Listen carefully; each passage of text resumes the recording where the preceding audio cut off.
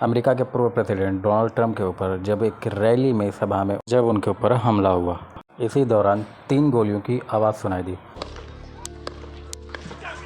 Donald Trump को गोली तो लगी पर उनकी जान बच गई। और इस हादसे ने कई सारे सवाल जो है खड़े कर दिए हैं, पर बहुत से राज जो हैं कि वो अभी भी छिपे हुए हैं।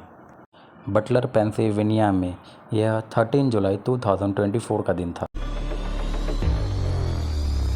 दोस्तों, नवंबर 2024 में यूएस प्रेसिडेंट इलेक्शन एक्सेप्टेड है और इसी की कैंपेन के दौरान डोनाल्ड ट्रंप ने बटलर के पेंसिल्वेनिया में अपनी लोकप्रियता को दर्शाते हुए 13 जुलाई 2024 की शाम एवेंस सिटी रोड पर बटलर पाम लेक के बराबर में हजारों लोग जमा थे। ठीक इसी जगह पर स्टेज मौजूद था जिस पर ट्रंप को गोली लगी। स्टेज के ठीक पीछे ये 3 बिल्डिंग है, जिसपे कि 2 बिल्डिंग्स पर सीक्रेट सर्विस के स्नाइपर्स पहले से मौजूद थे।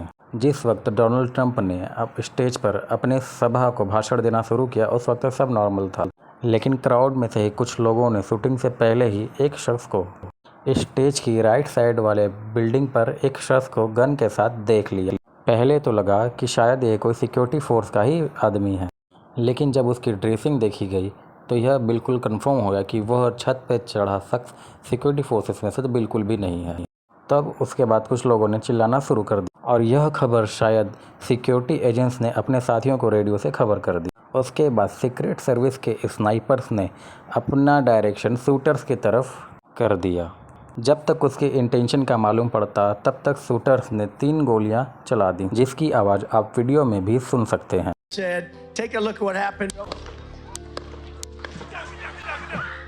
आपको बता दें कि शूटर और स्टेज के बीच सिर्फ 410 मीटर का फासला था और मेन मूवमेंट पे डोनाल्ड ट्रंप ने अपने सर को हल्का सा झुकाया और गोली ठीक उनके कान को टच करते हुए बिल्कुल निकल गई, वरना शूटर का निशाना इतना एक्यूरेट था कि ट्रंप का बचना पॉसिबल नहीं था। फायरिंग के तुरंत बाद डोनाल्ड ट्रंप खुद डेस्क के नीचे बैठ गए और सीक्रेट एजेंसी के लोगों ने उन्हें चारों तरफ से घेर लिया। फिर उसके बाद करीब 30 सेकेंड बाद डोनाल्ड ट्रंप को स्टेज से उतारकर बुलेट प्रूफ गाड़ी में हॉस्पिटल रवाना कर दिया गया। जब ट्रंप नीचे बैठे उसी वक्त स्नाइपर्स ने शूटर को मार गिराया था और इस पूरे प्रोसेस में इतना कम समय लगा कि शूटर को सोचने का टाइम ही नहीं मिला। एक आर्टिकल में बताया गया कि शूटर ने टोटल 8 गोलियां चलाई थी, जिसकी वजह से भीड़ में मौजूद एक शख्स की जान गई और 2 लोग घायल हुए। शूटर की पहचान 20 साल के थॉमस मैथ्यू क्रूस बताई गई, जिसके पास से AR-15 राइफल बरामद हुई। जिस जगह ट्रंप पर हमला हुआ, शूटर वहां से 70 किलोमीटर दूर बैथल पार्क में रहता था। इसने 2002 में बैथल पार्क हाई स्कूल से ग्रेजुएशन की और फिलहाल में यह नर्सिंग होम के किचन में जॉब करता था।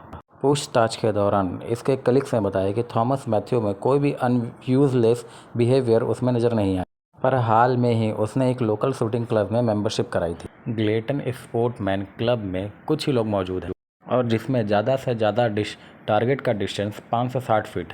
ट्रंप पर हमला करने से पहले थॉमस ने लोकल स्टोर से एनिमेशन के 50 राउंड्स और एक सीढ़ी खरीदी थी और जिस बंदूक को उसने हमला करने के लिए यूज़ किया वो गन उसके बाप ने खरीदी थी।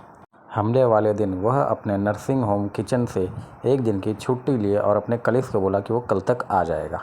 उसी दिन सुबह उसके बाप ने पुलिस को कंप्लेन करा कि उसका बेटा थॉमस लापता हो गया है। डोनाल्ड ट्रंप पर हमला होने के बाद तो कई सारे सवाल खड़े हो चुके हैं कि आखिर 20 साल के थॉमस ने ऐसा क्यों किया और किसके कहने पर किया।